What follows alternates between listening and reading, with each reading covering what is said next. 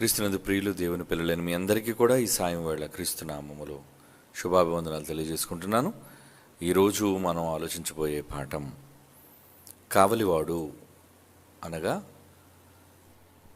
సంరక్షకుడు లేదా the Guardian. కావలి కాయటం అనగానే మనుషులను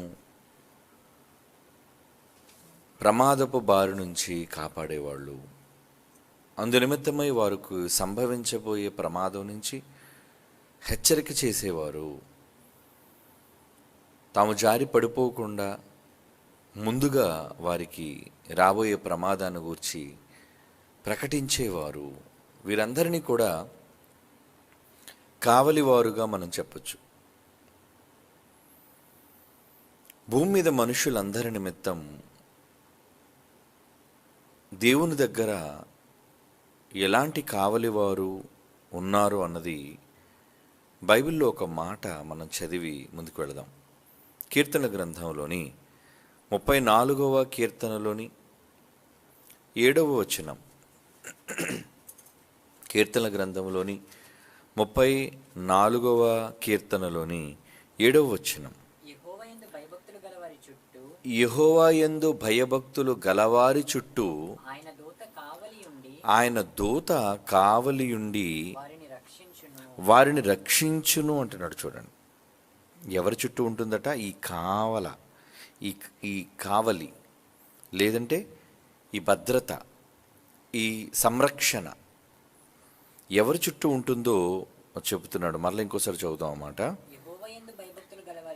ఏమండి? కీర్తనల గ్రంథం 34వ కీర్తనలోని 7వ మాట.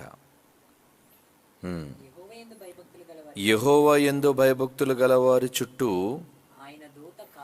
ఆయన దూత కావలి ఉండి వారిని రక్షించును. దూత అనగానే రక్షకుడు. ఇక్కడ దూత అనగానే కేవలం మనకి పరిచారం చేయడానికి పంపబడిన దూతలు మాత్రమే కాదండి. మన పక్షాన నిలవబడే ప్రతి ఒక్కరూ, మన కొరకు విజ్ఞాపన చేసే ప్రతి ఒక్కరూ, మనలను రక్షించటానికి తండ్రి ఎదుట నిలవబడేవారందరూ వారిని కూడా దూతలు అనొచ్చు. ఎందుకంటే దూత అనగానే కేవలం రెక్కలగలిగినది మాత్రమే దూత అనే భావన కాకుండా సమాచారాన్ని తెలియజేసే ప్రతిదానిని దూత అని మనం పరిగణించవచ్చు. దూత అనగానే సమాచారాన్ని ప్రకటించేవాడు అని అర్థం, విషయాన్ని తెలియజేసేవాడు అని కూడా అర్థం. కనుక ఇక్కడ ఆయన యందు భయభక్తులు కలిగి ఎవరైతే ఉంటారో వారి చుట్టూ ఆయన దూత, దేవుడు పంపగా వచ్చిన దూత కావలియుండి వారిని రక్షించును. అంటే దూతలు కావలియుండి రక్షిస్తాయా? ఎలా రక్షిస్తాయి? ఏమండి? యెహోవా దూత కావలియుండి వారిని ఏ విధంగా రక్షిస్తాయి అనేది మనం ఆలోచిస్తే కొన్ని మాటలు బైబిల్ నుంచి మనం చూద్దాం. ఏమండి? 2వ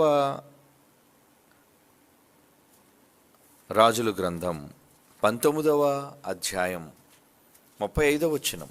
2వ రాజుల గ్రంథం 19వ అధ్యాయం 35వ వచనం. ఆ రాత్రి యెహోవా దూత బయలుదేరి అష్షూరు వారు దండుపేటలో జొచ్చి 185,000 మందిని హతము చేసెను. ఉదయమున జనులు లేచి చూడగా వారందరూ మృత కళేబరములయ్యుండిరి. అబ్బా! ఇశ్రాయేలీలైన తన జనాంగం, తన ప్రజలను కాపాడడానికి యెహోవా దూత ఆ రాత్రి అంటున్నాడు. చూడండి, యెహోవా దూత బయలుదేరి అష్షూరు, ఎందుకంటే వీళ్ళు శత్రువులు, ఇశ్రాయేలీలను మట్టు పెట్టడానికి వీరు కుట్ర చేత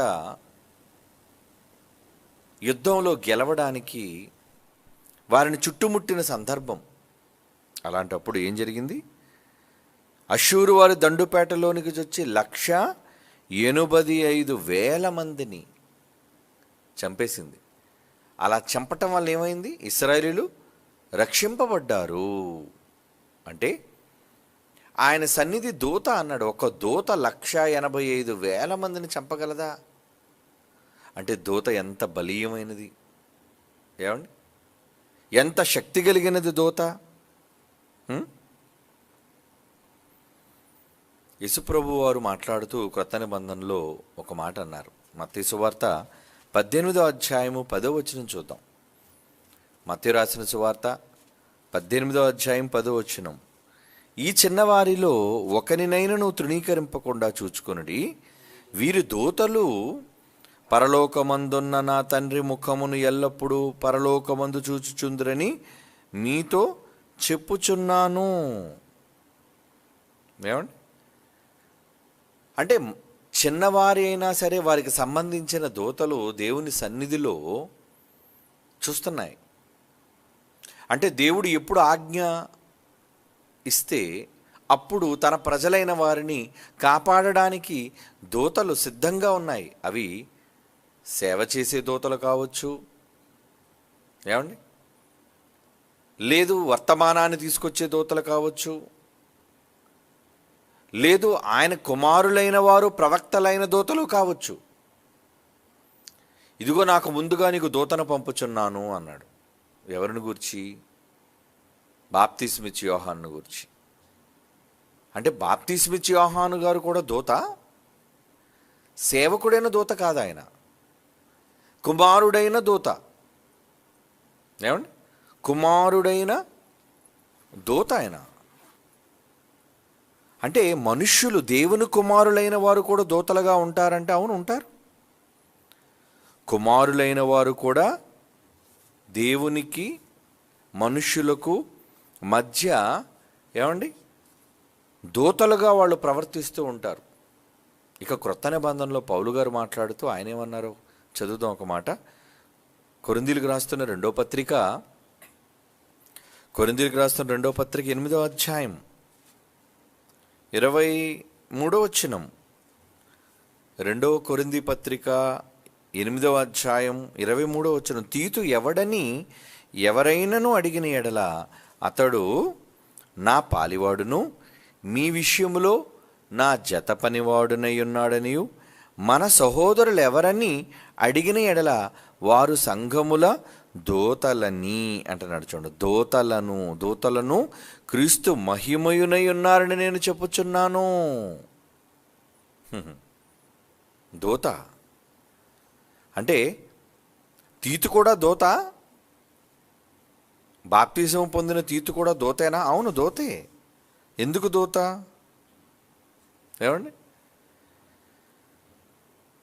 సమాచారాన్ని అందించటంలో, దేవుని వాక్యాన్ని ప్రకటించటంలో, ప్రజలను ఆ వార్త ద్వారా కాపాడటంలో ఆయన దూతగా వ్యవహరించారు.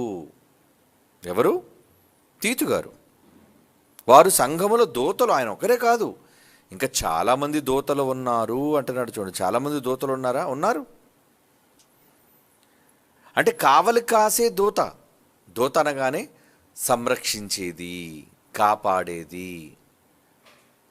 ప్రకృతిని సంరక్షించే దూతలు ఉన్నాయి. ఆ ప్రకృతిలో బ్రతుకుతున్న దేవుని పిల్లలను సంరక్షించే దూతలు ఉన్నారు. వాళ్ళెవరో కాదండి, మనుష్యులు. దేవుని పిల్లలైన మనుష్యులు. వారు కూడా సంఘముల దూతలు. అంటే సంఘములలో దూతలు ఉన్నాయా? సంఘములలో దూతలు. మిమ్మల్ని హెచ్చరిక చేసేవారందరూ దూత. నేనొక దూత. జైశాలి గారు ఒక దూత. మీకు పాఠాలు చెప్పేవారు దూతలు. ప్రజల దగ్గరకు వెళ్ళి సువార్త ప్రకటించేవారు దేవుడు పంపగా వెళ్ళిన దూతలు. ఎందుకు చెబుతున్నారు? ప్రకటనలు ఎందుకు బయలు వెళుతున్నాయి? మీ క్షేమం కోసం. వాక్యం ఎందుకు ప్రకటించబడుతుంది? మీ క్షేమం కోసం.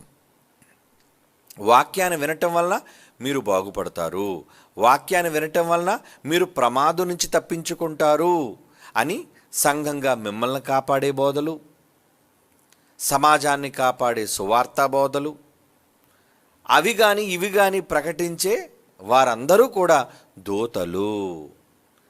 అంటే మిమ్మల్ని కాసేవారు అని అర్థం. మిమ్మలను కాసేవారు. కనుక యెహోవా యందు భయభక్తులు గలవారి చుట్టూ, అది చదువుకున్నాం కదా కీర్తన 34:7 మొదటి మాట. యెహోవా యందు భయభక్తులు గలవారి చుట్టూ ఆయన దూత కావలియుండి వారిని రక్షించును. ప్రజలకి ఈ మాటలు అర్థం కాక ఎంతసేపు ఏదో మనం పడుకున్నప్పుడు చుట్టూ దూతలు ఉంటున్నాయి, మనం నడుస్తున్నప్పుడు చుట్టూ దూతలు ఉంటున్నాయి అలా వెళ్ళిపోయారు. అంటే దూతలు ఎంతసేపు ప్రమాదం బారి నుంచి మిమ్మల్ని కాపాడేవా? నా చిన్నప్పుడు బొమ్మలు కూడా అలాగే ఉండేవండి. చిన్నపిల్లలు వంతెన మించి నడుస్తుంటే అటొక దూత ఇటొక దూత ఆ పసిబిడ్డను పట్టుకున్నట్లుగా. ఏమండి, మరి పసిబిడ్డలను దూతలు పట్టుకుంటున్నాయంటే ఎంతోమంది పసిబిడ్డలైన వారు ప్రమాదాన బారిన పడుతున్నాడు. దూతలు లేవా? అంటే ఎలా అర్థం చేసుకోవాలో వాక్య విషయంలో వాళ్ళకి వివరణ తెలియలేదు. ఎవరిని కాపాడాలో, ఎప్పుడు కాపాడాలో, ఎందుకు కాపాడాలో అది దేవుడి నిర్ణయం. దూత కాపాడుతుంది. దూత అనగానే అన్ని సందర్భాల్లోనూ కాపాడుతుంది అనుకోవడం కూడా పొరపాటే. పౌలు గారు ఓడ ప్రయాణం చేస్తున్నారు, ఎక్కడికి? ఇటలీ వెళ్ళడానికి. అప్పుడు ఒక పెద్ద పెను తుఫాను వారు వెళుతున్న ఆ ప్రయాణంలో వాళ్ళ ఓడ మీద, అంటే సముద్ర మధ్యములో తుఫాను వచ్చిందండి. ఇంతకీ ఆ తుఫాను వచ్చినప్పుడు ఏమండి, అప్పుడు ఏం జరిగిందో తెలుసా అండి? తుఫాను రాకముందు చదువుతాను అపోస్తుల కార్యములు చూడండి. అంటే దూతలు అనగానే, కావలివారు అనగానే ప్రజలలో ఒకలాంటి అభిప్రాయం చిన్ననాటి నుంచి దాన్ని వారికి నేర్పించేశారు.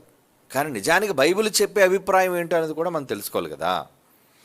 అపోస్తుల కార్యముల్లో 27వ అధ్యాయము, ఏమండి 27వ అధ్యాయము 18వ వచనం నుంచి చూద్దామా? మిక్కిలి పెద్ద గాలి కొట్టుచున్నందున మరునాడు సరకులు పారవేయసాగిరి. 3వ దినమందు తమ చేతులారా ఓడ సామాగ్రి పారవేసిరి. కొన్ని దినములు సూర్యుడేనును నక్షత్రములైనను కనబడక పెద్ద గాలి మా మీద కొట్టినందున ప్రాణములతో తప్పించుకుందుమను ఆశ బొత్తిగా పోయెను. పౌలు గారు ప్రయాణిస్తున్నారు. వారు బహుకాలము భోజనము లేక ఉన్నందున పౌలు వారి మధ్య నిలిచి, అయ్యలారా, మీరు నా మాట విని క్రేతు నుండి బయలుదేరకయే ఉండవలసినది. అప్పుడు ఈ హానియో నష్టము కలుగకపోను. ఇప్పుడు ధైర్యం తెచ్చుకొనుడి, మిమ్మును వేడుకొనుచున్నాను. ఓడకే గాని మీలో ఎవని ప్రాణమునకు హాని కలగదు. ఒక దూత చెప్తుంది. తనతో పాటు ఓడలో ఉన్న వారిని గూర్చి ఒక దూత, అంటే పౌలు అనే ఒక దూత ఏమని మాట్లాడుతుంది? 23వ వచనం, నేను ఎవని వాడనో, ఎవరిని సేవించుచున్నానో ఆ దేవుని దూత గడచిన రాత్రి నా యొద్ద నిలిచి, పౌలా, భయపడకము, నీవు కైసరు ఎదుట నిలువలసి ఉన్నది. ఇదిగో, నీతో కూడా ఓడలో ప్రయాణమైపోచున్న వారందరికీ దేవుడు నీకు అనుగ్రహించి ఉన్నాడని నాతో చెప్పాను. కాబట్టి అయ్యలారా, ధైర్యం తెచ్చుకొనుడి, నాతో దూత చెప్పిన ప్రకారము జరుగునని నేను దేవుని నమ్ముచున్నాను. ఆయనను మనం కొట్టుకొని పోయి ఏదైనా ఒక ద్వీపం మీద పడవలసి ఉండేనని చెప్పాను. కనుక ఓడ బద్దలైపోతుంది, ప్రమాదం జరుగుతుంది, మీలో ఎవ్వరికి ఏ హాని కలగదు, మనమంతా ఏదో ఒక ద్వీపానికి క్షేమంగా చేరుకుంటాము అన్నాడు. అన్నట్లుగానే ఇక కింద చదివితే ఓడ బద్దలైపోయింది. 3 రోజులు చాలా ఇబ్బందులు పడ్డారు. ఏమండి, చాలా రోజులు. మొత్తానికి తెప్పల మీద అందరూ కూడా ఒక ఒడ్డుకు వచ్చేసారు. తప్పించుకొని మెలితే అనే ద్వీపానికి వెళ్ళిన సందర్భం ఇదంతా కూడా. మెలితే ఇది నేను ఎందుకు చూపించాను అంటే, మరి పౌలు గారికి కనబడి దూత చెప్పిందట ఏమని? ఓడ బద్దలవ్వదు అని చెప్పలేదట. ఏం చెప్పింది? ఓడ బద్దలైపోతుంది, నువ్వు మాత్రం జాగ్రత్తగా, నీతో ఉన్నవాళ్ళకి ఏ హాని కలగదు అని. ఏమండి, మరి దూత సంరక్షించినప్పుడు, కావలి కాసేటప్పుడు అసలు ఓడకి ఏమాత్రం ప్రమాదం జరగకుండా కాపాడాలిగా. కానీ అక్కడ ప్రమాదం జరిగింది, కానీ ఎవరికి ఏ ప్రాణహాని కలుగలేదు. ఆ విధంగా దూత కాపాడింది. అంటే దూత అనగానే మిమ్మల్ని కావలి కాసేది, మిమ్మల్ని హెచ్చరిక చేసేది. అందుకే ఎప్పుడైతే దూత పౌలు గారికి హెచ్చరిక చేసిందో, పౌలు గారు ఓడలో ఉన్న వాళ్ళందరికీ హెచ్చరిక చేశారు ఆయన ఒక దూతగా. ఇదిగో ఇలా జరగబోతుంది, మీరేమీ భయపడకండి అని. కనుక దూత అనగానే కావలి కాయటం, సంరక్షించటం. ఇప్పుడు మనుషులందరినీ కావలి కాస్తున్న ఒక పెద్ద దూత ఉంది మనకి. ఏమండి, మనుషులందరినీ కావలి కాస్తున్న ఒక గొప్ప దూత. ఎవరా దూత చెప్పండి? ఎవరా దూత అనుకున్నారు మీరు? మనందరికీ తండ్రి అయిన దేవుడండి. ఈరోజు మనమంతా జీవము ఊపిరి కలిగి ఉన్నామంటే ఎవరి దయ వలన? దేవాది దేవుని దయ వలన. సూర్యుడు వెలుగుతున్నాడు అంటే ఆ దేవుడి దయే, వర్షం కురుస్తుందంటే ఆ దేవుని దయే, నేల పండుతుందంటే ఆ దేవుని దయే. అంటే ఆ దేవుడు మనందరినీ సంరక్షిస్తున్నాడు. సంరక్షకుడు ఆయన, మనకి కావలి కాస్తున్నాడు. నువ్వు హ్యాపీగా నిద్రపోతున్నావు, కానీ ఈ భూమిని కావలి కాస్తున్నది ఎవరు? తండ్రి అయిన దేవుడు. ఈ గ్రహాలు క్రమంగా తిప్పుతున్నది ఎవరు? తండ్రి అయిన దేవుడు. భూమి తన కక్షలో తిప్పుతున్నది ఎవరు? తండ్రి అయిన దేవుడు. అంటే కావలి కాస్తున్నాడు, నిన్ను సంరక్షిస్తున్నాడు. ఆయన దూతేనా మరి? దూతే. అందుకే 127 కీర్తన మొదటి మాటలు చాలాసార్లు మనం చదువుకున్నాం. ఏమండి? యెహోవా పట్టణమును, రెండో మాట, యెహోవా పట్టణమును కాపాడని ఎడల దాన్ని కావలి కాయువారు మేలుకొని ఉండుట వ్యర్థమే. అంటే దేవుడు కావలి కాయాలి అంటే, దేవుడు కావలి కాస్తే పట్టణానికి ఏ హాని కలగదు. దేవుడే ఒకవేళ కావలి కాయకపోతే, కాపలా ఉండకపోతే, అప్పుడు ఎంతమంది సైన్యం ఉండనివ్వండి, ఎంతమంది పట్టణాన్ని కాపాడాలని ప్రయత్నించనివ్వండి, కాపాడలేరు. అంటే దేవుడే ఒక పెద్ద కావలి. ఆయన మనకి కావలి, కాపలాదారుడు, గార్డియన్ అంట, సంరక్షకుడు. ఎన్ని కోట్ల మందిని సంరక్షిస్తున్నాడు. నువ్వు రోడ్డు మీద వేగంగా వెళ్ళిపోతుంటావు, కానీ నీకు తెలియకుండానే ఎన్నో ప్రమాదాల బారి నుంచి ఆయన కాపాడుతున్నాడు. తెలుసా? ఎవడో ఎటువైపు నుంచో వచ్చేస్తుంటాడు. కొన్నిసార్లు ప్రమాదాలు మీ వల్ల జరగవండి, పరాయి వాళ్ళ కూడా ప్రమాదాలు జరుగుతుంటాయి. అంటే వాడి అశ్రద్ధ, వాడి అజాగ్రత్త. అలాంటి పరిస్థితుల్లో కూడా మీకు తెలీదు, కానీ వచ్చేవాడు మీ మీదికి రాకుండా ఆయన మిమ్మల్ని కాపలా కాస్తున్నాడు. యెహోవా పట్టణమును కాపాడని ఎడల అంటున్నాడు. చూడండి, కాపాడని ఎడల అంటే ఈరోజు మనం అంతా ఇలా ఉన్నాము అంటే మన కాపలాదారులు ఎవరు అనుకుంటున్నారు? దేవుడే. దేవుడే మన కావలి, దేవుడే మన సంరక్షకుడు, దేవుడే మన సహాయకుడు. మరి అలాంటి దేవునికి ఎంతమంది కృతజ్ఞతలు చెబుతున్నారు? ఇంటికి వెళ్ళిపోతారు, ఇంటికి వెళ్ళిపోయిన ప్రార్థన చేస్తారు, తండ్రి నన్ను క్షేమంగా ఇంటికి తీసుకొచ్చామని. ఏమండి? బయలుదేరక ముందు ప్రార్థన చేస్తాం. ఎందుకు? ప్రయాణం ఉంది కాబట్టి, ప్రమాదం జరుగుతుందేమోనని. ఇంటికి వెళ్ళిపోయిన తర్వాత మర్చిపోతాం మనం. తండ్రి క్షేమంగా మమ్మల్ని తీసుకొచ్చావని ఆయనకి, కాపలా కాసిన ఆయనకి మీరేమైనా కృతజ్ఞత చెప్తున్నారా? బాడీగార్డ్ అంటారండి. చాలా సందర్భాల్లో బాడీగార్డ్, సంరక్షకులు, దేహ సంరక్షకులు మినిస్టర్స్ని కానీ, ఎమ్మెల్యేని కానీ, ఎంపీలు కానీ కాపాడుతుంటారండి వాళ్ళు. చాలా సందర్భాల్లో లైవ్లో మనం చూస్తాం. తుపాకీతో కాల్చినప్పుడు, లేదంటే దాడి చేయడానికి వచ్చినప్పుడు వెంటనే వాళ్ళ నాయకుడిని వాళ్ళు కాపాడుతుంటారు, సంరక్షిస్తుంటారు. నిజంగా అలా కాపాడినప్పుడు మనం ఎంతగా వాళ్ళ పట్ల కృతజ్ఞత కలిగి ఉంటాం. ఏమండి? అహష్వేరోషుని చంపాలనుకున్నారు, మొర్దెకై కాపాడాడు ద్వారపాలకుల దగ్గర నుంచి, అవునా? అప్పుడు మొర్దెకైని సన్మానించాలనుకున్నాడు ఎవరు? రాజైన అహష్వేరోషు. ఎందుకంటే నన్ను కాపాడావయ్యా, నువ్వు 2 కుట్రను నువ్వు భగ్నం చేసి నన్ను కాపాడావని కృతజ్ఞత చూపించాడు. మరి దేవుడు ప్రతి క్షణం మనల్ని కాపాడుతున్నప్పుడు, నువ్వు తాగే నీటి నుంచి నీకు కాపుదల, నువ్వు తినే ఆహారం నుంచి నీకు కాపుదల. ఎంత భయంకరమైన ఆహారం నువ్వు బయట తినేస్తున్నావు, ఎంత కలుషితమైన ఆహారం ఎన్ని సందర్భాల్లో నువ్వు తినేస్తున్నావు. కానీ అన్ని సందర్భాల్లోనూ లోపలికి వెళ్ళి నీకు రోగం రానివ్వకుండా ఎన్నోసార్లు ఆయన కాపాడుతున్నాడు. అది నీకు తెలుసా? వేగంగా బండి మీద వెళ్ళిపోతున్నావు, కానీ ఆయన కాపాడుతున్నాడు, నీకు తెలుసా? పొయ్యి దగ్గర ఉన్నప్పుడు నేను కాపాడుతున్నాడు, గ్యాస్ కట్టడం మర్చిపోయినప్పుడు నేను కాపాడుతున్నాడు. ఏమండి? చాలా సందర్భాల్లో మనం ఊహించుకుంటూ వెళితే ప్రతి చిన్ని దాని నుంచి పెద్ద దాని వరకు ఆయన కాపలా ఉన్నాడు, కావలివాడు, సంరక్షకుడు. దేవుడు కాపలావాడా? మరి అదే ఆ మాట, యెహోవా పట్టణమును కాపాడని ఎడల. ఆయనే కాపాడుతున్నట్టండి. ఆయనే కాపాడుతున్నాడా? కాపాడుతున్నాడు.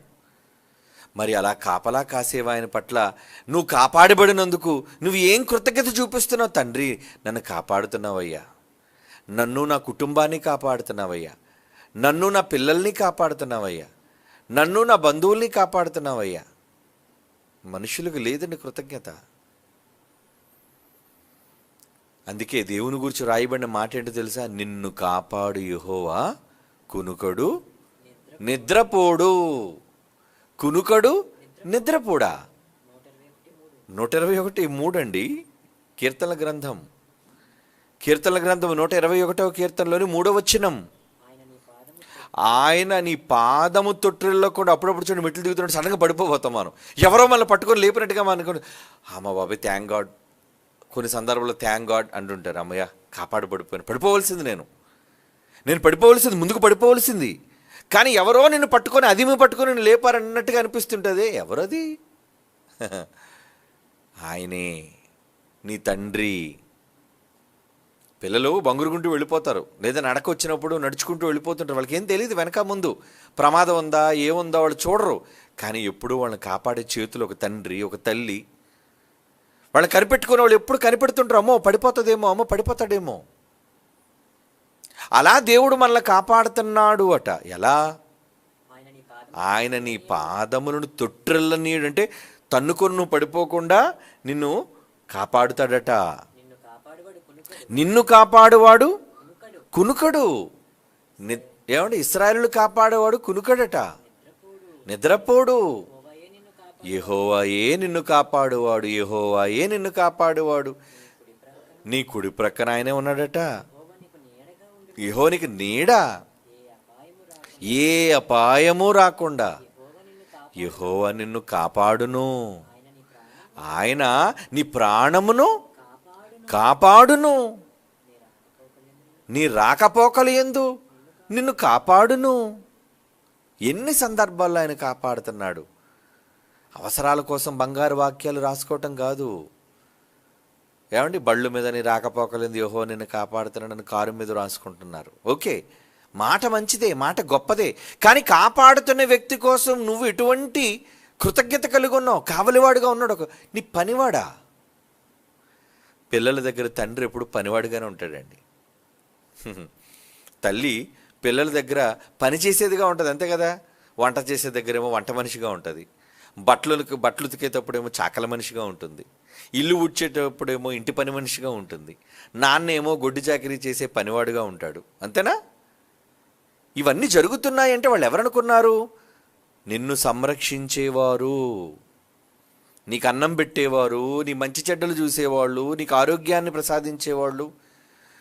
మనుషుల పట్ల నువ్వు ఇటువంటి కృతజ్ఞతా భావం కలిగి ఉంటే దేవుడు, ఏమండి, అప్పుడప్పుడు చాలామంది ఆటోల మీద నేను చదువుతూ ఉంటాను, నా తల్లిదండ్రుల దీవెనలతో అని రాసుకుంటుంటారు. అలాగే మా అక్కా బావల దీవెనలతో, అంటే మరి అక్కా బావ కలిసి ఆటో కొని ఉంటారేమో వాళ్ళకి. ఏమండి, అంటే ఎవరైతే వాళ్ళ పట్ల కృతజ్ఞత చూపించారో వాళ్ళ పేర్లు రాసుకోవడానికి ఇష్టపడతారే, చెప్పుకోవడానికి ఇష్టపడతారే. నాకు పలానా వాళ్ళు సాయం చేశారు, పలానా వాళ్ళు దీవెనలతో నాకు ఈ బండి ఇచ్చారు. అలాగే బైక్స్ మీద కూడా మామ్స్ గిఫ్ట్ అని రాస్తారు, కొంతమంది డాడ్స్ గిఫ్ట్ అని రాస్తారు. అంటే ఏంటి? మా డాడీ నాకు ఇచ్చారు అని. అంటే తల్లి తండ్రి కొని నీకు ఇచ్చారు కదా, నీకోసం, నీ సౌఖ్యం కోసం కొనిచ్చారు. వారి పట్ల నువ్వు ఎంత కృతజ్ఞత కలిగి నువ్వు చెప్పుకుంటావు అందరితో. ఏమండి, మరి ప్రతినిత్యం నిన్ను కాపాడుతున్న దేవునికి ఏం కృతజ్ఞత చూపించి నువ్వు చెప్పగలుగుతున్నావు ఆయన కోసం? నిన్ను కాపాడేది నా తండ్రి, నాకు అన్నం పెట్టేది నా తండ్రి, ఏమండి, నాకు ఆరోగ్యాన్ని ఇచ్చేది నా తండ్రి, నన్ను సంరక్షించేది నా తండ్రి అని మీరు సభలలో చెప్పగలుగుతున్నారా? ప్రకటనల్లో చెప్పగలుగుతున్నారా? ఏమండి, ఏం చేయగలుగుతున్నారు? ఏమైనా ఆ దేవుని గురించి మీరు చెప్పగలుగుతున్నారా? బహిరంగంగా చెప్పగలుగుతున్నారా? ప్రజలకు ప్రకటించగలుగుతున్నారా? ప్రకటిస్తేనే కదా మీరు కృతజ్ఞత కలిగిన వాళ్ళు. చివరకు కొనకటం లేదటండి, కొనకటం లేదు. కొనకడం చాలా ప్రమాదం అండి. అప్పుడప్పుడు బస్సు నడుపుతూ డ్రైవర్ అలా కునికేశాడు అనుకోండి, రెప్పపాటే అలా బండి పక్కకి వెళ్ళిపోద్దండి, అంతే. పెద్ద ప్రమాదం. కారు నడిపేవాళ్ళు, బండి నడిపేవాళ్ళు ఒక్కసారి అలా రెప్ప వేస్తే చాలండి, ఊహించని ప్రమాదం. మరి అలాంటిది నిన్ను కాపాడడానికి నిన్ను ఒకరా ఇద్దరా, ఇన్ని కోట్ల మందిని ఈ తరంలో దేవుడు కాపాడుతున్నాడంటే ఎవడు వేగంగా వెళ్ళిపోతున్నాడు, ఎవడు స్లోగా వెళుతున్నాడు, ఎవడ ప్రమాదం బారిన ఉన్నాడు, ఎవడికి ఏది సంభవించబోతుంది, ఇంతమంది కోసం దేవుడు చూసుకుంటున్నాడు అంటే ఆయన ఎన్ని రకాలుగా పనిచేస్తున్నాడు ఆలోచించండి. ఎన్ని కోట్ల మందికి, కోట్ల రకాలుగా పనిచేస్తున్నాడు ఆయన. చాలామందిని కాపాడుతున్నాడు, అందరినీ కాపాడుతున్నాడు, అందులో ప్రమాదాల బారిన చాలామందిని కాపాడుతున్నాడు. అంటే ఆయనకి ఎన్ని చేతులు, ఆయనకి ఎన్ని తలంపులు, ఆయన మనసులో ఎంతమంది. కావలివాడు, నిన్ను కాపలా కాసేవాడు, ఒక తండ్రి నీకు కాపలాదారుడుగా ఉన్నాడు, ఒక తల్లి నీకు కాపలాదారిగా ఉంది. అలాంటి తల్లి కోసం, తండ్రి కోసం బహిరంగంగా చెప్పే నీవు, నీ పరలోకపు తండ్రి ఎల్లప్పుడూ నీకు కాపలా, నీ కుడిపక్క నీడలా ఉన్నాడటండి. నీడలా. అమ్మా నాన్న కూడా మనతో నీడలా ఉండరండి. ఏమండి, నిన్ను నీడలా వెంబడించేది భార్య, నిన్ను నీడలా వెంబడించేది భర్త. ఎవరన్నారు? వాళ్ళు కూడా ఏం వెంబడించరండి, వదిలేసి వెళ్ళిపోతుంటారు. భార్యను పట్టించుకోలేని భర్తలు, భర్తలు పట్టించుకోలేని భార్యలు ఎంతోమంది ఉన్నారు. వాళ్ళెక్కడ నీడలా ఉంటున్నారు? నీ శరీరం నుంచి వచ్చే నీడ నేను ఎప్పుడూ విడిచిపెట్టదు, నీతో పాటు ఉంటుంది అంటారు కదా, అలాంటి వాడు దేవుడు. నీ నీడలా, ఇప్పుడే కదా చదువుకున్నాం మన 121 కీర్తనలు, నీడలా నేనున్నాను నీ వెనక. అంత చక్కటి నీడలా నిన్ను కాపాడుతున్నప్పుడు దేవుడు, ఆ దేవుని గూర్చి నువ్వు సమాజంలో బహిరంగంగా ప్రజల మధ్య నన్ను కాపాడేది నా దైవం, నా తండ్రి, ఈరోజు నేను ఉన్నాను అంటే ఆయన కరుణ, ఆయన దయ, ఆయన దాక్షిణ్యం చెప్పగలుగుతున్నారా? చెప్పలేదు. పోనీ ఎవరైనా దేవుడి గురించి ఇలాంటి మాటలు చెప్తే అవైనా మీరు షేర్ చేస్తున్నారా? షేర్ చేయడానికి కూడా బద్ధకమే మనకి. ఎవరో పంపించిందో చూడడానికి ఇష్టపడతాం, అది నచ్చకపోతే పైకి జరిపేస్తాం, అంతా వినడానికి అంత ఓపిక లేక. అలాంటిది నీ దేవుని పట్ల నువ్వేం కృతజ్ఞత చూపించగలుగుతున్నావు? కావలివాడు, నీ కాపలాదారిగా ఉన్నాడు ఆయన. నువ్వు లోపల పడుకుంటే నీ ఇంటి ముందు వాచ్మెన్లో నిలబడ్డాడు. వాచ్మెన్ ఎలా చదువుతా, ఏ వాచ్మెన్ వెళ్ళరా అంటాం, అవునా? దేవుడు ఆఖరికి వాచ్మెన్, మీ అందరికీ watchman, night watchman, day watchman. సహజంగా వాచ్మెన్ నైట్ డ్యూటీ చేస్తుంటాడు, ఎందుకంటే పగల మనం మెలకుగా ఉంటామని. కానీ దేవుడికి మీ మీద డ్యూటీ ఎప్పుడు? డే అండ్ నైట్, 24 గంటలు మీ మీద వాచ్మెన్గా ఉన్నాడు ఆయన, కావలివాడు. ఇశ్రాయేలులకు ఆపద కలుగుతుంది అనగానే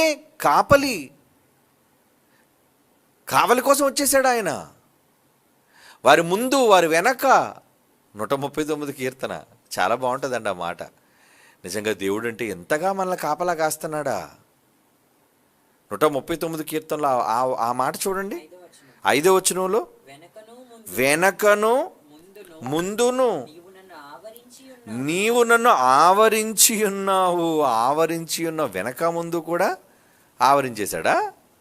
ఏమండి, వెనక ముందు ఆవరించేశాడా?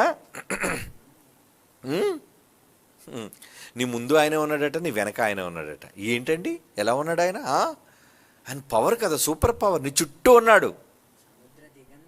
నువ్వు సముద్ర దిగంతముల లోపలికి వెళ్ళిపోయినా అక్కడ కూడా ఆయన చెయ్యి నిన్ను కాపాడుతుందట. నీ కుడి చెయ్యి నన్ను పట్టుకొనును. ఏంటి ఆ మాటలు?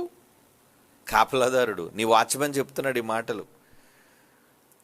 ఏమండి, నిజంగా ఇంటి కాపలా కాసేవాళ్ళ పట్ల చాలామంది చాలా తక్కువగా తక్కువ చేసి ప్రవర్తిస్తుంటారు, మాట్లాడుతుంటారు. వాచ్మెన్ అయ్యి నువ్వు ఏంటి, నువ్వు గొప్ప.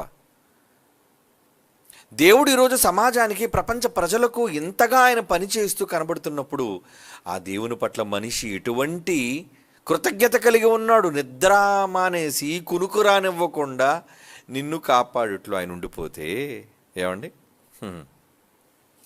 అవునా? ఎలాంటి వాడండి? ఏం చేస్తున్నాడటండి ఆయన? యెషయా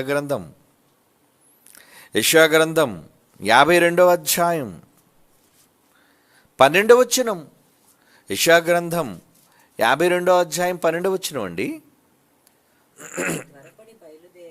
మీరు త్వరపడి బయలుదేరరు, పారిపోవు రీతిగా వెళ్ళరు. మీరు ఏం కంగారుగా వెళ్ళరట. ఇశ్రాయేలుతో చెప్తుంటే తన ప్రజలతో, హడావుడిగా మీరు కంగారుగా బయలుదేరవలసిన అవసరం లేదట. యెహోవా మీ ముందర నడుచును, ఇశ్రాయేలు దేవుడు మీ సైన్యపు వెనుకటి భాగమున కావలి కాయును. నిజంగా ఎర్ర సముద్రాన్ని పాయలు చేసినప్పుడు అండి, ఇశ్రాయేలు అందరూ లక్షల మంది కదండి, లక్షలు, ఒకరా ఇద్దరా, లక్షల మందిని నడిపించుకొని ఎర్ర సముద్రం దగ్గరికి వచ్చారండి. ముందు చూస్తే సముద్రం, వెనక చూస్తే ఫరో సైన్యం వచ్చేసారు. వాళ్ళు రథాలు కదండి అవి, వీళ్ళు నడుచుకొని కదిలేదు. ఎప్పుడు వాళ్ళ రథం మీద గుర్రాల మీద వచ్చేసేది, ఎంతసేపు గుర్రాలతో వచ్చేసారండి. ఎలా ఇప్పుడు ముందుకెళ్తే సముద్రం, అందుకే కదా మోషే మీద తిరుగుబాటు చేశారు. మమ్మల్ని చంపడానికి తీసుకొచ్చావా ఎక్కడికని తిరుగుబాటు. వారి ముందర వారి వెనుక, అంటే దేవుడు ఆలోచన లేకుండా ఉంటాడు, తన ప్రజల్ని కాపలా కాయకుండా ఉంటాడండి. వాళ్ళు బయలుదేరాని సంగతి తెలుసు. అప్పుడు ఏం చేశారట, వెనక వాళ్ళకి వీళ్ళకి మధ్యన పెద్ద అగ్నిస్తంభం వచ్చేసిందటండి. ఎంత వండర్ అండి నిజంగా. ఏదో 10 కమాండ్మెంట్స్లో ఆ గ్రాఫిక్స్లో మనం చూసే అంతగా ఆశ్చర్యపోతున్నాం, కానీ ఒరిజినల్గా రియాలిటీలో చూస్తే ఎలా ఉంటుందండి. ఇశ్రాయేలు సైన్యం అంతా కూడా, ఇశ్రాయేలు సమాజం అంతా కూడా, అయ్యో బాబాయ్ సైన్యం వచ్చేసింది, మొత్తం ధూళి లేచిపోతుంది, గుర్రాలు వచ్చేసాయి, ఇనపరథాలతో వచ్చేస్తున్నాడు ఫరో, మనల్ని బానిసలుగా చేసుకోవడానికి సైన్యంతో వచ్చేస్తున్నాడు ఎలా అనుకున్నప్పుడు, వెంటనే అక్కడ అటు ఫరో సైన్యానికి ఇటు ఇశ్రాయేలీల సమాజానికి మధ్య ఏమొచ్చిందట, పెద్ద అగ్నిస్తంభం. ఏమండి అగ్నిస్తంభం వచ్చాట, ఆ సందర్భం తీసి చదవండి ఎంత బాగుంటుందో. సముద్రం పాయలైపోయి ముందుకు అడుగు వేసినంత వరకు అది అక్కడే ఉందటండి, వెళ్ళలేదు ముందుకి. అంటే అంతగా కాపలా కాశాడా, అంతగానా? సముద్రం దగ్గరికి వచ్చేసారు, అడ్డొచ్చేసింది, నీళ్ళు ఉంది, ఎన్ని లక్షల మందికి ఎన్ని పడవలు కావాలి ఏమండి. అలాంటి సమయాల్లో అగ్నిస్తంభంగా ఆయన ఏర్పడి వీరికి వారికి మధ్య అగ్నిస్తంభం నిలబడిపోయిందట. అలా నిలబడిపోయి ఎంతసేపు ఉన్నాడు అనేది ఒక మాట ఉంటుంది అక్కడ, చూడండి ఒకసారి, ఎవరికైనా దొరికితే చెప్పండి. అంటే యెహోవా కావలి కాయటు, నీ ముందు వెనక అంటున్నాడు కదా. యెషయాలో మనం చదివింది, యెషయా 52:12 మనం చదివింది, యెహోవా మీ ముందర నడుచును, మీరేం కంగారు పడవలసిన పని లేదు. అయ్యో ఇశ్రాయేలు సైన్యం వచ్చేసిందని త్వరపడి మీరేం వెళ్ళవలసిన కంగారు ఏముంది మీకు, నేనున్నాను కదా అంటున్నాడు ఆయన. అని మీ ముందర నడుచును, ఇశ్రాయేలు దేవుడు మీ సైన్యపు వెనుకటి భాగం. మీ వెనకాతలు కూడా ఉన్నాడటండి. ఉన్నాడా వెనకాతలు ఉన్నాడా? ఎలా ఉన్నాడు వెనకాతల? నిర్గమాకాండంలో చూద్దాం ఆ మాట. నిర్గమాకాండం 14వ అధ్యాయం 18-19 వచనాలు చూడండి. నిర్గమాకాండం 14వ అధ్యాయం 18-19 వచనాలు. నేను ఫరో వలనను, అతని రథముల వలనను, అతని గుర్రపు రౌతుల వలనను నేను మహిమ తెచ్చుకుంటాను. నేను యెహోవానని ఐగుప్తీయులు తెలుసుకొనున్నట్లు. అప్పుడు ఇశ్రాయేలు ఎదుట సమూహమునకు ముందుగా నడిచిన ఒక దూత, ఎందరు చెప్పాను కావలి ఆల్రెడీ పెట్టాడు, దూతను కాపలా పెట్టాడు. ఆ దూతట వెనక్కి వచ్చేసిందట, వారిని వెంబడించింది. ఆ మేఘస్తంభం వారి ఎదుట నుండి పోయి వారి వెనక్కి వచ్చేసిందటండి. అది ఐగుప్తీయుల సేనకి ఇశ్రాయేలీల సేనకి మధ్యన కరెక్ట్గా నడుమ దూరిపోయిందటండి. అది మేఘము గనుక వారికి మొత్తం చీకటి అయిపోయిందట. రాత్రి అయ్యేసరికి ఎలాగుందో తెలుసా అండి, అది వీరికి వెలుగిచ్చును గనుక ఆ రాత్రి అంతా ఐగుప్తీయుల సేన ఇశ్రాయేలు అసలు దగ్గరకు రాలేకపోయిందటండి. మండిపోతుంది, ఎందుకంటే రాత్రి అగ్నిస్తంభం కదా. పగటిపూట ఎలా ఉంది, ఎండ తగలకుండా మేఘస్తంభం, రాత్రిపూట చలి పట్టకుండా అగ్నిస్తంభం. 24వ వచనం. అయితే వేకువజామున యెహోవా ఆ అగ్ని మేఘమయమైన స్తంభము ఐగుప్తీయులు దండు వైపు చూచాడట. ఎలాగా ఐగుప్తీయులు దండును కంగారు పెట్టేశాడటండి. రథచక్రాలు ఊడిపోతున్నాయటండి. అసలు వెళ్ళడానికి కూడా వాళ్ళని వెళ్ళనివ్వట్లేదు. చూసారా? కావలి, దూత, సంరక్షకుడు, నీ తండ్రి మనల్ని కాపాడేవాడండి. ఆయన కోసం ఎన్నిసార్లు చెప్పుకోవాలండి? ఆయన కోసం ఎంత చెప్పాలండి? ఎంత చెప్పుకున్నా అది తక్కువేనండి మన తండ్రి కోసం మనం చెప్పుకునేది. మనుషుల కోసం ఎప్పుడూ చెబుతుంటారు గొప్పలుగా. ఏమండి? మనుషుల కోసం ధూపం ఏమంటే వేస్తారు ఎప్పుడును. మనుషుల కోసం పొగడమంటే పొగుడుతారు ఎప్పుడును, అవసరాల కోసం. కానీ అన్ని అవసరాలు తీర్చని దేవుడి కోసం ఎప్పుడైనా ధూపం వేస్తున్నావా? అన్ని అవసరాలు తీరుస్తున్న నీ దేవుని కోసం ఏ రోజైనా పొగుడుతున్నావా? నీ మాటల్లో ప్రతిదానికి దేవుడు దేవుడు దేవుడు దేవుడు దేవుడు దేవుడు అని నువ్వు చెప్పగలుగుతున్నావా? ఏం చెప్పగలుగుతున్నావు? దేవుడు చూస్తున్నాడు, వీళ్ళంతా స్వార్థపరులురా. ఆ బండి కొనడానికి వాళ్ళ అమ్మా నాన్నకి ఆయుష్నిచ్చి, ఆ బండి కొనడానికి, ఆ బండి తయారు చేయడానికి ఇనువుని అన్ని మెటీరియల్ని భూమిలో నేనిచ్చి, వాడు దాని మీద ఎక్కి తొక్కడానికి వాడికి గుండె, గాలి, రక్తాన్ని నేనిచ్చి, ఊపిరినిచ్చి, బ్రతుకునిస్తే తల్లిదండ్రులు దీవెనతో రాశాడేట్రా వీడు? దేవుడు అనుకోడా? ఏరా వాళ్ళ దీవెనలా నీకున్నది? వాళ్ళ కోసమా? వాళ్ళ కృతజ్ఞత చెప్తున్నావు ఏంట్రా? నాకు చెప్పవేంటి? వాళ్ళు బ్రతుకున్నారన్నా, నువ్వు బ్రతుకున్నారన్నా, నీకు బండి వచ్చిందన్నా, ఇవన్నీ ఎవరి నుంచి వచ్చాయి? నా నుంచి. నేను లేకపోతే సృష్టి ఏది? సృష్టి లేకపోతే నీకు బండి ఏది? ఈరోజు మనిషి ప్రకృతిలో అనుభవిస్తున్న ప్రతి సుఖం అది దేవుని వలన కలిగినదే, దేవుని నుండి కలిగినదే. అలాంటి దేవుని వల్ల సర్వసుఖాలు అనుభవిస్తున్న మనిషి దేవుడికి చెప్పే కృతజ్ఞత ఏది చెప్పండి? వాళ్ళు నన్ను మర్చిపోయారు అంటాడండి పాపం దేవుడు. ఎంత జాలిగా వాళ్ళు నన్ను మర్చిపోయారు, నేను వారి పట్ల చేసిన మేలులు మర్చిపోయారు వాళ్ళు. ఒక తండ్రి అంత దీనకరమైన మాట మాట్లాడగలుగుతున్నాడంటే వాళ్ళు ఇశ్రాయేలీయులండి, వాళ్ళు మర్చిపోయారు. పోనివ్వండి. కానీ మనం అలా వద్దండి. ఈ తరంలో మనమైనా ఇశ్రాయేలు లాంటి వారంగా కాకుండా, తండ్రి మీద ఎదురు తిరిగే వాళ్ళంగా కాకుండా, దేవునికి ఇష్టలుగా బ్రతకడానికి చూడాలి కదండి. ఆయన కాపలాదారుడుగా నీ కోసం ఉంటూ ఏమండి, నువ్వు పడుకుంటే, నువ్వు మంచం మీద బాగా తిని గురి పెడుతుంటే ఆయన పక్కన అలాగా ఉన్నాడటండి కాపలావాడిగా. కొనకటం లేదట, నిద్రపోవటం లేదట. నిజంగా నీ మంచం పక్కన దేవుడు కూర్చున్నాడు అంటే అది ఎంత గొప్ప భాగ్యం. దేవుడు నిన్ను చూస్తున్నాడు అంటే, ఉదయాన్న నువ్వు లేచావు ఆవలింతతోనంటే ఆయన ఆయుష్ ఇవ్వబట్టే ఆవలింతతో లేచావు. ఆయుష్ లేకపోతే ఆవలింత పాడా. రాత్రే పెద్ద గొల్లు మన శబ్దం అనబడి దేవునంటే పోయాడని. మరి నువ్వు పోలేదంటే నీకు ఊపిరిచ్చాడనే కదా. తెల్లవారు లేవగానే దేవునికి నువ్వు కృతజ్ఞతలు చెప్పగలుగుతున్నావా? రాత్రి పడుకునే ముందు కృతజ్ఞతలు చెప్పగలుగుతున్నావా?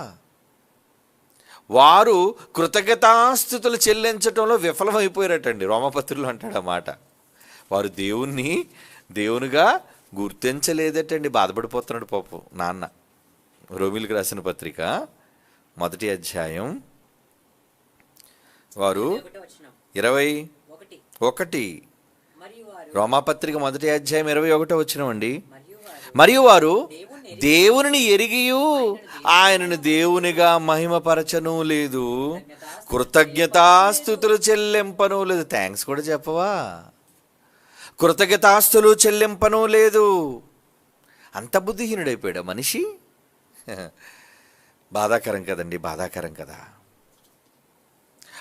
ఏమండి, నిజంగా రాత్రంతా గాలి వేయటం, సముద్రం పాయలైపోవడం, పొడి నేల చేయటం, వీళ్ళందరూ దాటిపోయినంత వరకు వాళ్ళు రానివ్వలేదండి లోపలికి. ముందు వెనక, వీళ్ళ ముందు నడిపిస్తున్నాడు, వాళ్ళకి వెనకుండా అక్కడ అడ్డుకున్నాడు. అయిపోవడంతో మేఘస్తంభాన్ని తీసేశాడు. అగ్నితో కూడిన రాత్రిపూట అగ్నితో కూడిన స్తంభాన్ని తీసేశాడు. తీయగానే బయలుదేరిపోయారు. బయలుదేరగానే మధ్యకి రప్పించాడు అంతే. అప్పటికి ఇశ్రాయేలు అందరూ దాటేశారట. అంటే వీళ్ళందరూ చివరి మనిషి దాటినంతరకు చూశాడు. అప్పటికి స్తంభం తీయలేదు ఇంకా. ఇశ్రాయేలు చిన్న గొర్రె పిల్ల, మేకపిల్ల, ఆవు పిల్ల అన్నీ దాటిపోయినంతరకు అందరూ వచ్చేసారా? మోషే అయ్యా వచ్చేసారయ్యా, ఓకే తీసే మేఘస్తంభాన్ని తీశాడు. ఎంటర్ అయిపోయారు వాళ్ళు. సరిగ్గా మధ్యకి రానిచ్చాడు అందరినీ. సైన్యం అంతా మధ్యకి వచ్చి ఒడ్డున ఉన్నాడు అనుకోండి. ఎందుకంటే సైన్యం అనేసరి చాలా పెద్దది కదండి. ఇశ్రాయేలుని ఇన్ని లక్షల మందిని కాపాడడం వెనక్కి తీసుకెళ్లాలంటే సైన్యం ఎంత పెద్దది వచ్చుంటో చెప్పండి. చాలా పెద్ద సైన్యం వచ్చింది. ఆ వచ్చిన సైన్యం అంతా కూడా మధ్య వరకు రప్పించాడు. రా రా రా రా మధ్యకి రా మధ్యకి రా మధ్యకి రా. ఎందుకంటే ఎవడన్నా మనలాంటి బతకత్తులు స్లోగా నడుపుతున్నాడు అనుకోండి, అంచున ఉంటాడు. ఈలోపు సముద్రం కలిసిపోయింది అనుకోండి, ఈత కొట్టుకుని బయటకు వచ్చేస్తాడు. అవునా? కానీ సైన్యంలో ఒక్కడు మిగిలాడా? ఏమండి? ఒక్కడు మిగలలేదటండి. ఇంక్లూడింగ్ ఫరో. బోడిగుండు కూడా చంపేశాడు. ఎవరు? రాజు. ఆ ఫరోలు అందరూ గుళ్ళే కదండి వాళ్ళకి. ఏమండి? రాజుతో సహా అందరినీ సైన్యంలో ఒక్కడు కూడా మిగలనివ్వకుండా మధ్యకి వచ్చిన తర్వాత మూసేయమన్నాడటండి. నిజంగా చూసేటప్పుడు అప్పుడప్పుడు నాకు అనిపిస్తుంటుంది, నేనే ఇశ్రాయేల్లో ఉంటే ఎంత బాగుందో చూద్దాం. అమ్మ వద్దులే బాబు, ఉంటే నిజంగా ఆళ్ళకి దౌర్భాగ్యం అయిపోదునేమో. ఎందుకంటే దేవుడి మీద తిరుగుబాటు చేసి నేను కూడా తోట దగ్గరికి వెళ్ళాను అనుకోండి, ఇంకేమైనా ఉందా? ఏమండి? నీళ్లు తిరిగి వచ్చి అంటున్నాడు చూడండి. ఆ రథములను రౌతులను వారి వెనక సముద్రంలోనికి వచ్చిన ఫరో యొక్క సర్వసేనలను కప్పేసిందటండి. వారిలో ఆ మాట చూడండి, ఎంతనా మాట? 20 నిర్గమాకాండం 14వ అధ్యాయం 28 వచ్చిన చూడండి. నిర్గమాకాండం 14వ అధ్యాయం 28. యెహోవా సముద్రము మధ్య ఐగుప్తీయులను నాశనం చేసి సెంటర్కి రప్పి చేసేసారటండి. నీళ్లు తిరిగి వచ్చాయట. రథములను రౌతులను నడిపే వాళ్ళని వాళ్ళ వెనక సముద్రం లోపలికి వచ్చిన ఫరో యొక్క సర్వసేనను కప్పేశాయి. వారిలో ఒక్కడిని కూడా విడిచిపెట్టలేదటండి. ఎరా నా పిల్లల జోలికి వస్తారే, ఒక్కడు కూడా మిగలడు, ఒక్కడు కూడా ఇంటికి వెళ్ళడరా. అప్పుడప్పుడు పెద్ద హీరో చెప్పే డైలాగులు అండి అవే. మీలో ఒక్కడు కూడా ఇంటికి వెళ్ళడరా. అలాగే అన్నిటిగానే లోపల వేస్తారండి అందరినీ. ఊపిరాడికి చచ్చిపోయారు లోనంతా కూడా. ఏంటి ఆ సంరక్షకుడు? నిజంగా ఆయన చూసి ఎంత ధైర్యం అండి. ఎంత ధైర్యం. మా నాన్న ఉన్నాడనే ధైర్యంతో ఉండాలండి. శరీర సంబంధులైన తండ్రులు ఉన్నారనే ధైర్యంతో కొంతమంది ఉంటారు. కానీ అంతకన్నా గొప్ప ధైర్యం ఏంటి తెలుసా అండి? భర్త ఉన్నాడనే ధైర్యం కన్నా, ఏమండి, భార్య ఉందనే ధైర్యం కన్నా, మాకు తల్లిదండ్రులు ఉన్నారనే ధైర్యం కన్నా, పిల్లలు ఎవరున్నారనే ధైర్యంతో పడుకోవాలి, ఎవరున్నారనే ధైర్యంతో ఉండాలో తెలుసా? మనలను కాసే పరలోకమందున్న దేవుడు ఉన్నాడు అని నిజముగా భయభక్తులు కలిగిన వారైతే అలాగే ఆలోచిస్తారు. ఉరిమె తిరిగి వాళ్ళు ఆలోచించరు. అవసరాల కోసం వెళ్ళేవారు అలాగా ఆలోచించరండి. నాకు ఏంటండి, మా నాన్న ఉన్నాడు, నాకేంటండి తక్కువ, మా డాడీ ఉన్నాడు. ఎవరా డాడీ? భూమి మీద ఒక్కడే డాడీ అని చెప్పాడు యేసుప్రభు. ఎవరైనా పరలోకమందున్న మీ తండ్రి, ఆయనే మీ తండ్రి, నిజమైన తండ్రి. ఆయన ఉంటే చాలండి మనకి. ఆయన ఉంటే చాలు. కానీ ఆయన ఉన్నాడు అని చెప్పేవాళ్ళు ఎవరున్నారు? ఆయన ఉనికిని చెబుతున్నారా? ఆయన ఉనికిని ప్రకటిస్తున్నారా? ఆయన ఉన్నవాడు అన్న రాయబడిన ఆయన ఉనికిని ఎంతమంది మీ గళమెత్తి చెబుతున్నారు? సువార్తలో చెబుతున్నారు, సభలలో చెబుతున్నారు, బహిరంగంగా చెబుతున్నారు, మాట్లాడగలుగుతున్నారు. నోరే రాదు మనకి. ఏమయ్యా వాక్యం చెప్పంటే, నాకు రాదండి వాక్యం. మరి ఏమొచ్చు? తింటానండి, ఏదైనా తింటాను. తినడానికి ఉపయోగించే నోరు, ఏమండి, తిట్టడానికి ఉపయోగించే నోరు, పరాయి వాళ్ళ మీద నేరాలు మోపడానికి ఉపయోగించే ఈ నోరు, పనికిమాలిన నోరు, దేవుడు ఉన్నాడు అని ఆయన కోసం గొప్పగా ప్రకటించడానికి ఎందుకు రాదు బయటికి? అలాంటప్పుడు ఆ నోరుండి ఎందుకు చెప్పండి? ఆ స్వరం ఉండి ఎందుకు చెప్పండి? నిష్ప్రయోజనం. దేవుని పొగడలేని నోరు ఉన్నా ఒకటే, మోగబోయినా ఒకటే. దేవుని గురించి ఎలుగెత్తి చెప్పలేని స్వరం ఉన్నా ఒకటే, మోగబోయినా ఒకటే. స్వరం ఇచ్చింది ఆయన కోసం. జాన్సన్ గారు మంచి పాట రాశారు, గొంతిచ్చాడని, మాటిచ్చాడని. చెప్పవా దేవుని గురించి? చెప్పాలి, ప్రకటించాలి. నువ్వు చెప్పేది ఆయన కోసమే చెప్పాలి. కొత్త చీర కొనుక్కుంటే 10 సార్లు చెప్తావు, కొత్త నగ కొనుక్కుంటే 10 మందితో 10 సార్లు చెప్తావు, 100 సార్లు. ఏమండి, కారు కొనుక్కుంటే చెప్తావు, ఇల్లు కొనుక్కుంటే చెప్తావు, పిల్ల పుడితే చెప్తావు, ఫంక్షన్ అయితే చెబుతావు.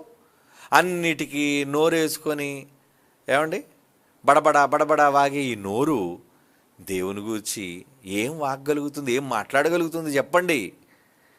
స్వరం ఇచ్చినందుకు ఈ స్వరంతో ఏం చెప్పగలుగుతుంది చెప్పండి? నీకోసం కాపలా కాస్తున్నాడే. నిజంగా బయట ఈరోజు చాలామంది ఎంపీలు ఎమ్మెల్యేలు వాళ్ళు గన్మెన్స్ అడుగుతారండి సెక్యూరిటీకి. ఎందుకు? ఎవడెవడని చంపేస్తాడేమోనండి.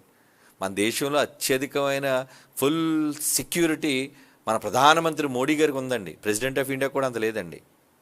ఎందుకు? అతని మీద మరి శత్రువులు కన్నేశారు లేపేద్దామని.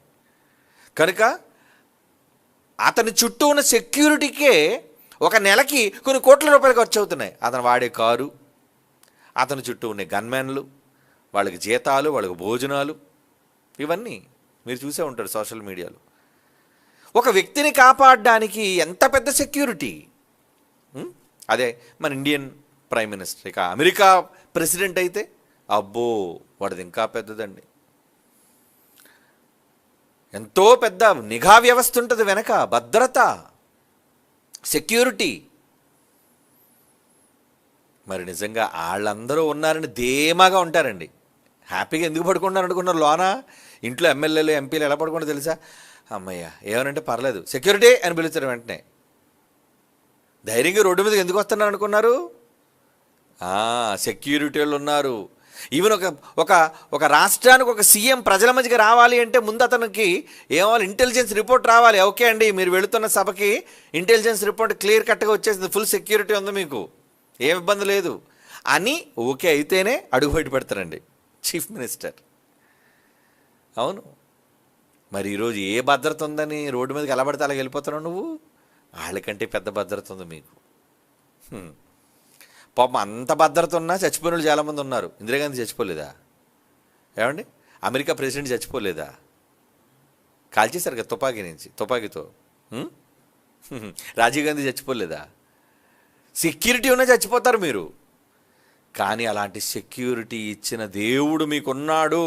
కాపలాదారుడు బయట నాకున్నాడు, నా కావలివాడున్నాడు, నా తండ్రి, నా కావలివాడు నా తండ్రి అని చెప్పుకునే ధైర్యం మీకుందా?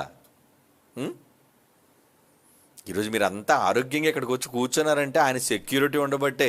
లేదంటే ఈ పాటికి ఏ కేజీహెచ్లోనే ఏ ప్రైవేట్ హాస్పిటల్లో మంచం మీద ఉందరు దగ్గుకొని, రోగాలతో మూలుక్కొని ఉన్నారు చాలామంది. చూడండి, మీరెందుకు లేరు మరి?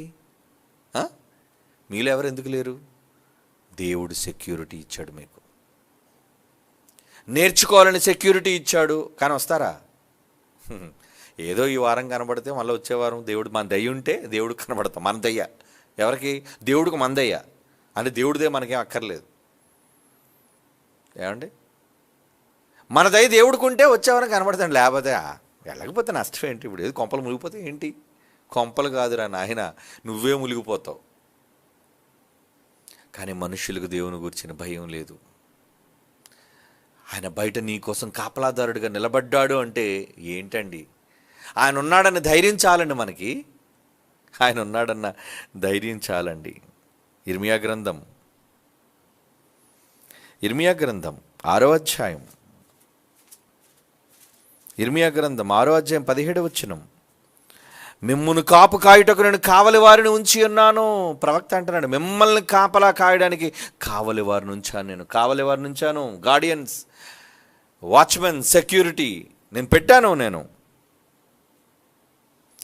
బోరధ్వని వినబడుచున్నది. బోరధ్వని అంటే శబ్దం. సువార్త ద్వారా బోరధ్వని వినబడుతుందంటే ఏంటి? గార్డియన్స్ వచ్చారు, సెక్యూరిటీ వచ్చారు, ప్రకటిస్తున్నారు. సెక్యూరిటీ కోసం మనవాళ్ళు చెప్తుంటే బయట వాళ్ళు సువార్త వింటున్నారా? మీ సెక్యూరిటీ మాకు అక్కర్లేదు పొండరా అన్నారు. మీరేం మాకు చెప్పనవసరం లేదు పొండరా. ఒరే నాయన, చేస్తే నరకానికి పోతారా, సత్యాన్ని తెలుసుకోండిరా, మార్గం వినండిరా అంటే వింటున్నదా ఈ లోకం? వినరండి. నిజంగా మన పక్షాన దేవుడు ఉన్నాడు కనుక ఈరోజు మనమంతా జీవించగలుగుతున్నాం. అవునండి, భద్రంగా ఉండగలుగుతున్నాం. మరొక మంచి మాట చదువుదామా? దేవుడు చెబుతున్న మాట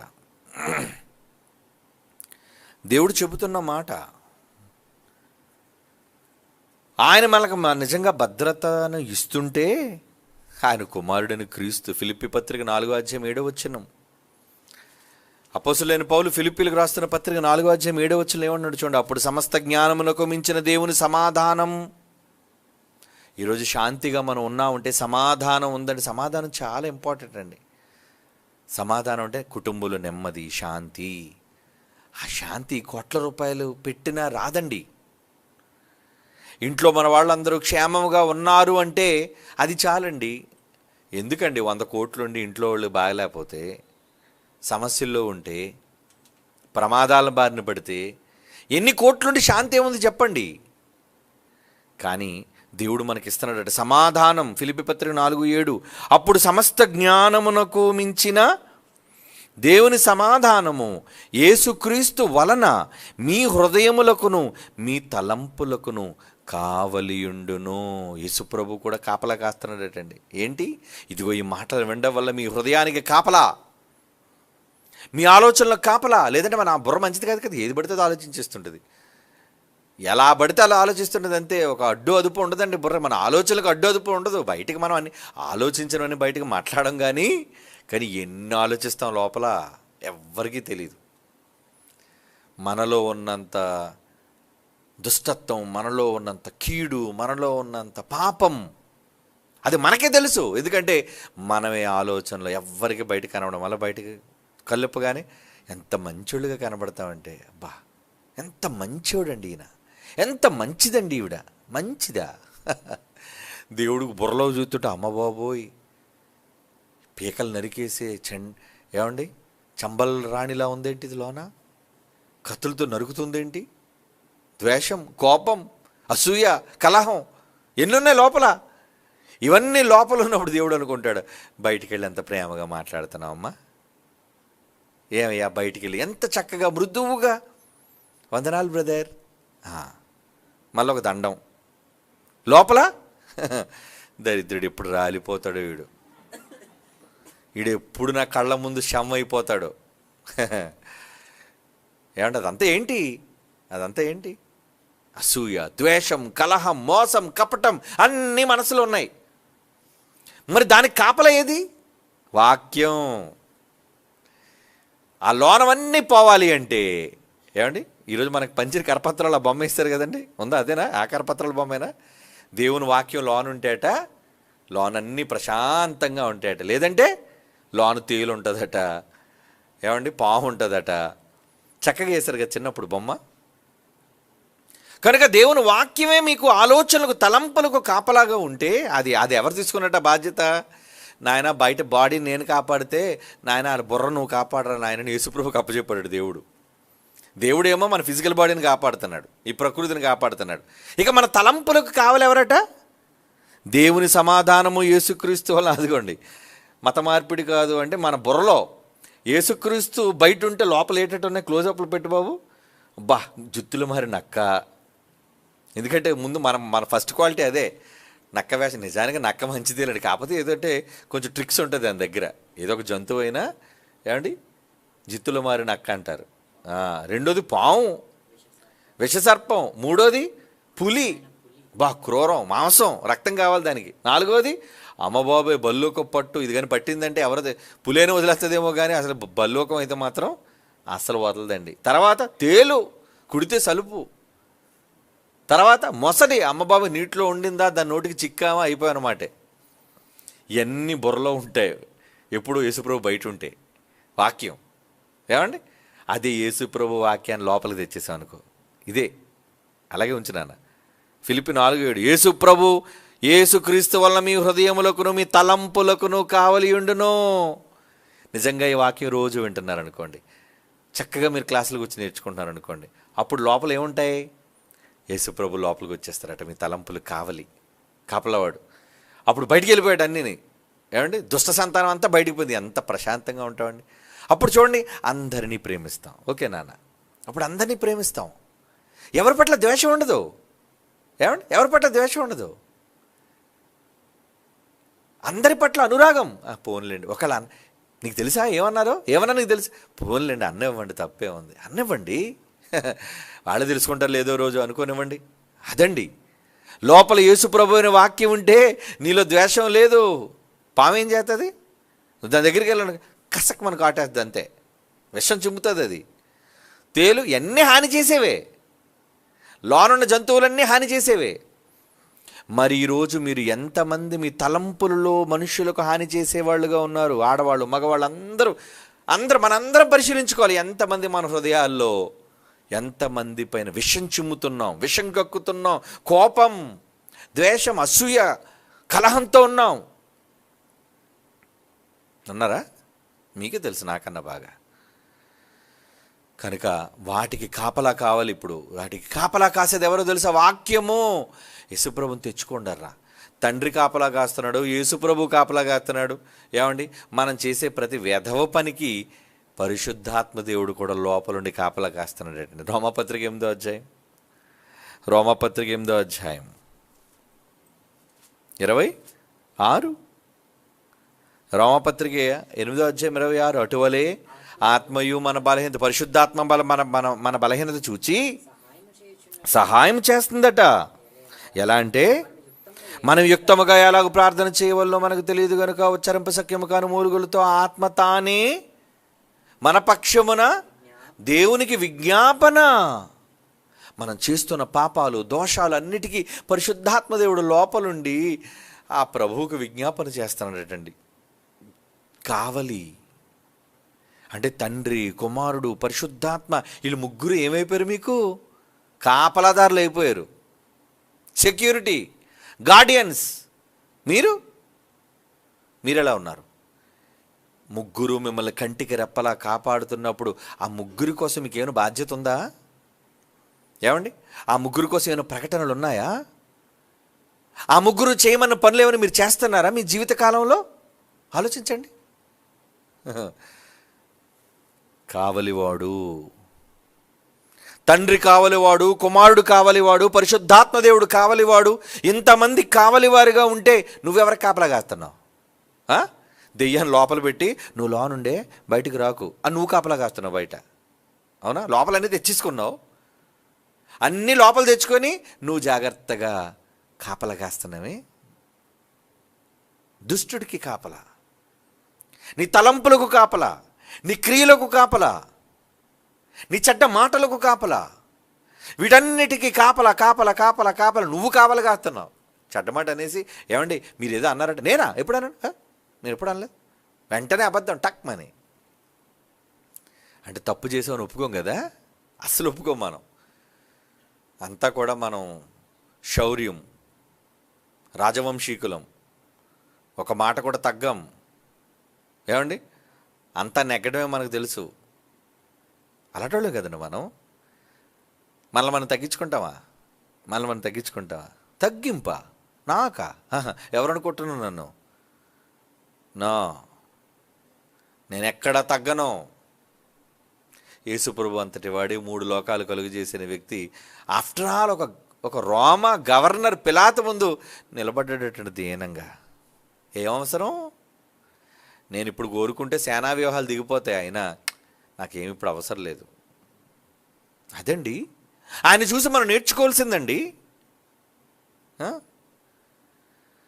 నువ్వు హృదయపూర్వకంగా, ప్రేమతో, క్షమ కలిగి, దీనత్వం కలిగి నువ్వు ఉండగలిగితే నువ్వెంతోమంది కాపలా కాయాలి. నువ్వు నీ మాటలు కాపలా. ఇదిగో వినిపిస్తున్న ఈ మాటలు అనేక మందిని కావలి కాయాలి. నీ మాటల ద్వారా దేవుడు ఏ విధంగా కావలి కాస్తున్నాడనే విషయం ప్రపంచానికి చెప్పాలి. ఆయనపై ప్రేమను పెంచాలి. ఆయన మర్చిపోయిన సమాజానికి దేవుణ్ణి చూపించాలి. ఇలా చేయటంలో మీరేమైనా వాక్య విషయంలో కావలివారుగా ఉన్నారా? ఏమండి, ఉన్నారా?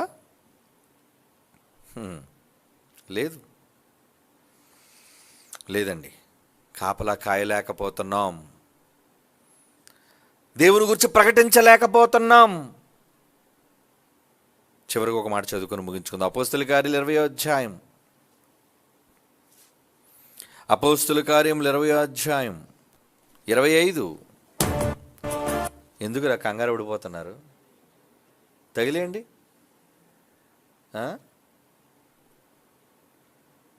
అపోస్తుల కార్యములు 20:25, ఇదిగో దేవుని రాజ్యమును గురించి ప్రకటించుచు నేను మీ మధ్య సంచరించుచుంటిని, మీలో ఎవరును ఇక మీదట నా ముఖము చూడరని నాకు ఇప్పుడు తెలియను, కాబట్టి మీలో ఎవరి నాశనం విషయమై నేను దోషిని కాను. బాబు, నా తప్పేమి లేదు, నేను చెప్పగలిగిందంతా చెప్పేశాను, ప్రకటించేశాను. ఇదిగో దేవుని రాజ్యమును గురించి ప్రకటించుచు మీ మధ్య సంచరించాను. పౌలు అంటున్నాడండి. మరి మీరేం చేస్తున్నారు? సంచారం చేస్తున్నారా? తెల్లవారు లేపిన వెంటనే ఊరంతా తిరుగుతాం మనం. సంచారం దేవుని కోసం సంచారం. జానడి సంచి నింపుకోవడానికి సంచారం నిండదు. అది జానడి పొట్టను నింపుకోవడానికి తిరిగే తిరుగుళ్ళు, అవసరాలు తీర్చుకోవడానికి తిరిగే తిరుగుళ్ళు. ఎంత తిరుగుతున్నావు? సంచారం. నీ జీవితకాలం అంతా సంవత్సరాలు తిరుగుతున్నావు. కానీ దేవుని కోసం, సువార్త కోసం ఏది సంచారం? ఇదిగో దేవుని రాజ్యమును గురించి ప్రకటించుచు నేను మీ మధ్య సంచరించుచుంటిని. నేను చెప్పేశాను. కాబట్టి మీలో ఎవరి నాశనానికి నేనేం దోషిని కాను. నేను చెప్పేశానుగా, నాదేం తప్పు ఉంది? చేయకపోతే మీ తప్పు. కనుక చెప్పటం బాధ్యతగా తీసుకోండి. ఈ సమాజాన్ని సంరక్షించవలసిన బాధ్యత దేవుడు మీ మీద పెట్టాడు. ఆయన ఎలాగా కాపాడుతున్నాడు మనందరినీ. మరి నువ్వు కాపాడవా? నువ్వు సంచారం చెయ్యవా? నువ్వు ప్రకటించవా? కావలివారుగా ఉండండి, సంఘపు దూతలుగా ఉండండి, సమాచారాన్ని అందించేవాళ్ళుగా ఉండండి. దేవుణ్ణి చూచి, కుమారుని చూచి, పరిశుద్ధాత్మను చూచి నేర్చుకోండి కావలి కాయటం అంటే ఎలాగో. ఓకే, కళ్ళు మూసుకోండి, ప్రార్థన చేసుకుందాం. పరిశుద్ధుడు అయిన తండ్రి, దేవా, మీరు నిత్యము మా పట్ల చూపిస్తున్న కావలి ఎంతో గొప్పది నాయన. కానీ మీ మందను కావలి కాయటంలో మీ పిల్లలుగా అనేక సందర్భాల్లో మేము విఫలమవుతున్నాం. మమ్మల్ని క్షమించండి నాయన. బ్రతుకున్నంత కాలం మీ కుమారుని యొక్క రాజ్య సువార్తను ప్రకటించుటలో మేము పాలివారమై ఉండి గొప్ప భాగ్యాన్ని వరంగా అనుగ్రహించండి నాయన. మమ్మల్ని శత్రువులుగా భావిస్తున్న వారందరినీ ఇదిగో మీ సముఖంలో మేము క్షమిస్తున్నాం. మా హృదయానికి, మా తలంపులకు మీ వాక్యము కావలి ఉండాలి. దుష్టత్వం మా మనసులో ఉండకూడదని భావిస్తున్నాం. నీ పిల్లల మనస్సులను కూడా ఆ విధంగానే మలచండి. యేసుక్రీస్తు వారి సర్వోన్నతమైన నామములో ఈ ప్రార్థన మీకు సమర్పించుచున్నాము తండ్రి. ఆమెన్.